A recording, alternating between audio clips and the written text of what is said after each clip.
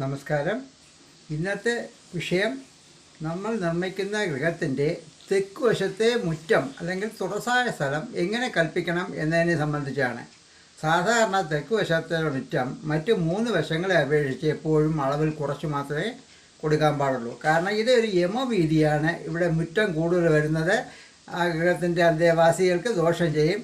അതുകൊണ്ട് ആ തെക്ക് വശം എപ്പോഴും മുറ്റം വീതിയും നീളവും അളവും എല്ലാം കുറവായി മറ്റു വശത്തിനെ അപേക്ഷിച്ച് കുറവായിട്ട് തന്നെ കൽപ്പിക്കണം. അതിൻ്റെ കൂടുതൽ വിവരങ്ങൾ അടുത്തൊരു വീഡിയോയിൽ പദവിന്യാസം ചെയ്യുന്ന ഒരു വീഡിയോയിൽ ഞാൻ തരുന്നതായിരിക്കും. ഇപ്പോൾ ഈ വിഷയം മാത്രം മനസ്സിലാക്കുക.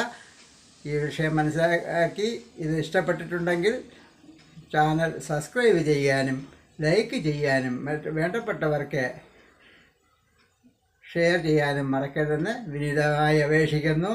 ഈ സബ്സ്ക്രൈബ് ചെയ്യാനുള്ള ഈ അലസത ഒന്ന് മാറ്റി എല്ലാ വീഡിയോയും ഒന്ന് സബ്സ്ക്രൈബ് ചെയ്ത് ഈ ചാനലിനെ പ്രോത്സാഹിപ്പിക്കണമെന്ന് വിനീതമായി അപേക്ഷിക്കുന്നു. അടുത്ത വീഡിയോയിൽ കാണുന്നവരെ നമോ വന്ദനം.